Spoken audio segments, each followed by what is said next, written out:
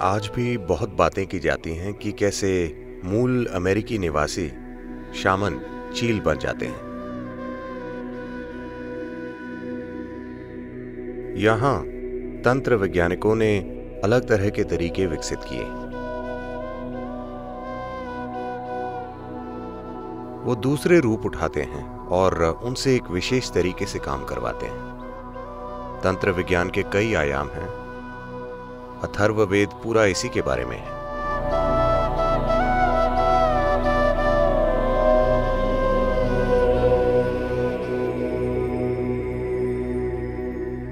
मूल अमेरिकी सभ्यताओं में ये विश्वास है कि इंसान के जीवन में जानवरों की आत्माओं की एक भूमिका होती है। आपके अनुसार जानवरों की ऊर्जा और इंसानों की ऊर्जा के बीच क्या संबंध है?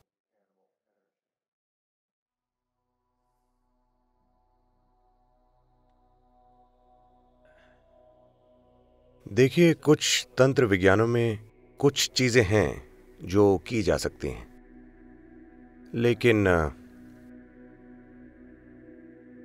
उन चीजों को बिल्कुल अनावश्यक माना जाता है। आध्यात्मिक क्षेत्र में, योगिक क्षेत्र में इन्हें बिल्कुल अनावश्यक और एक पीछे की ओर कदम माना जाता है। इन्हें तंत्र के रूप में किया जाता है।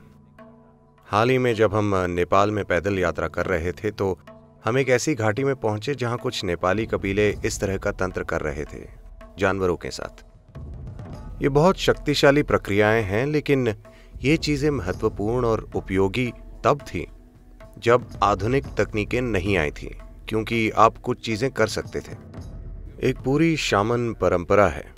Somebody becoming an eagle and flying and seeing somewhere what was happening and coming back and telling his people.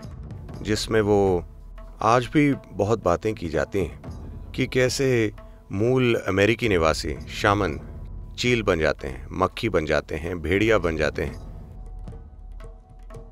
खुद को किसी अन्य रूप में बदल देते हैं और कहीं पहुंच जाते हैं। तो ये सिर्फ कहानियां नहीं हैं, ये बिल्कुल संभव है कि कोई खुद को इन रूपों में बदल सकता है अगर वो चाहे तो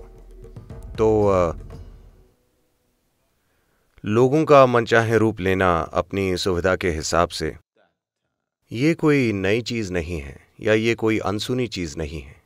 ये विश्व के लगभग हर हिस्से में मौजूद है। विशेष रूप से इसका काफी प्रचार किया जा रहा है उत्तरी अमरीकियों और दक्षिणी अमरीकियों से जोड़कर। इन दिनों शामनों की बातें होती हैं कि वो चील या भेड़िए बन जाते हैं। ये दो रूप उनके लिए बहुत आम हैं।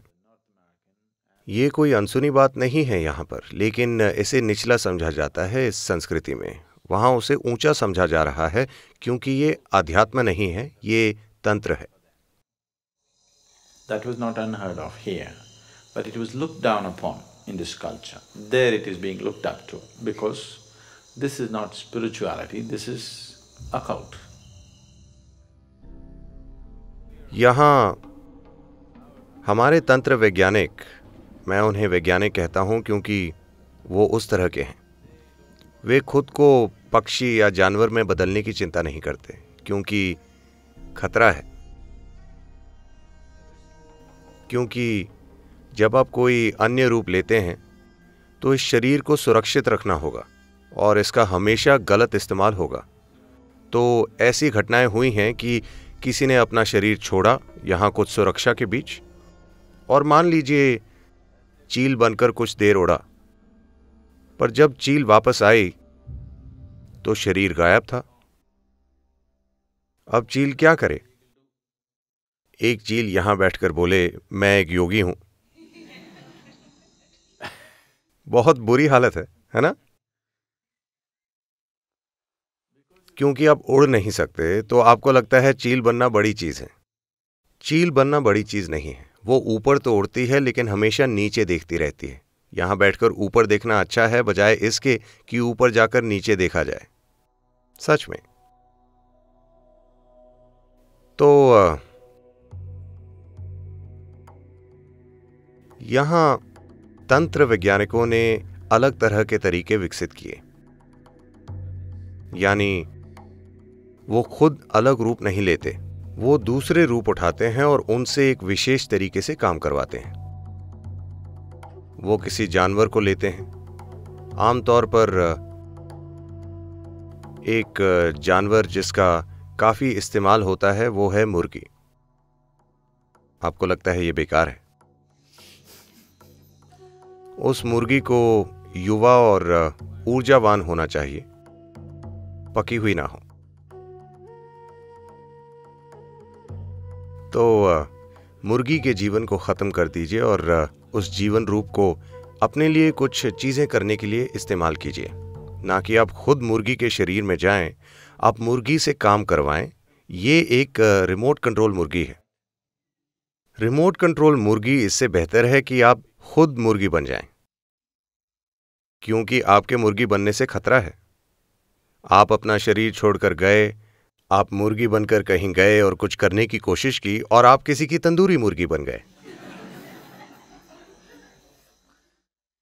तो उन्होंने ज्यादा जटिल तरीके विकसित किए वही चीजें करने के।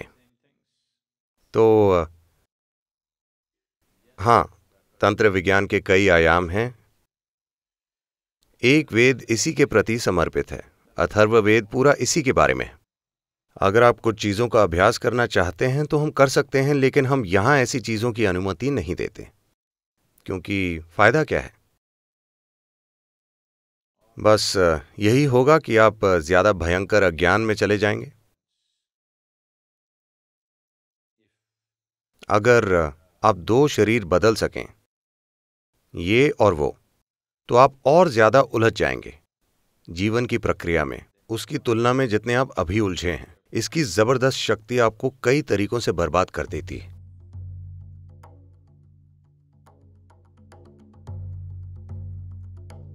तंत्र एक बहुत ही उपयोगी प्रक्रिया थी जब आधुनिक तकनीक नहीं थी। वो इसका इस्तेमाल करते थे कुछ विशेष तरीकों से भौतिक दुनिया तक पहुंचने के लिए, लेकिन ऐसा करने में इतना संघर्ष है। पर आज तंत्र उतना महत्वपूर्ण नहीं है, क्योंकि लगभग हर चीज जो तंत्र कर सकता है उससे भी कहीं ज्यादा आधुनिक तकनीक कर रही है। आपको बस एक ड्रोन भेजना है, या टीवी देखें, या आपकी फोन स्क्रीन आपको वो सब बताएगी जो आप जानना चाहते हैं। तो आप जानना चाहते हैं कि बादल कहाँ हैं, तो पहले आपको कुछ करना पड़ता था। अब ये जरूरी नहीं है, बस मौसम का चैनल देखिए। मैं कह रहा हूं ये कोशिश अनावश्यक है। तो बेहतर है कि आप अपनी जानवर प्रकृति से परे विकसित होने पर ध्यान दें, बजाय इसके कि एक रिश्ता बना ले जानवर प्रकृति से। अपने भीतर के जानवर को कैसे दूर करें, ये मेरा काम है। ये नहीं कि आपको जानवरों से कैसे जोड़ें।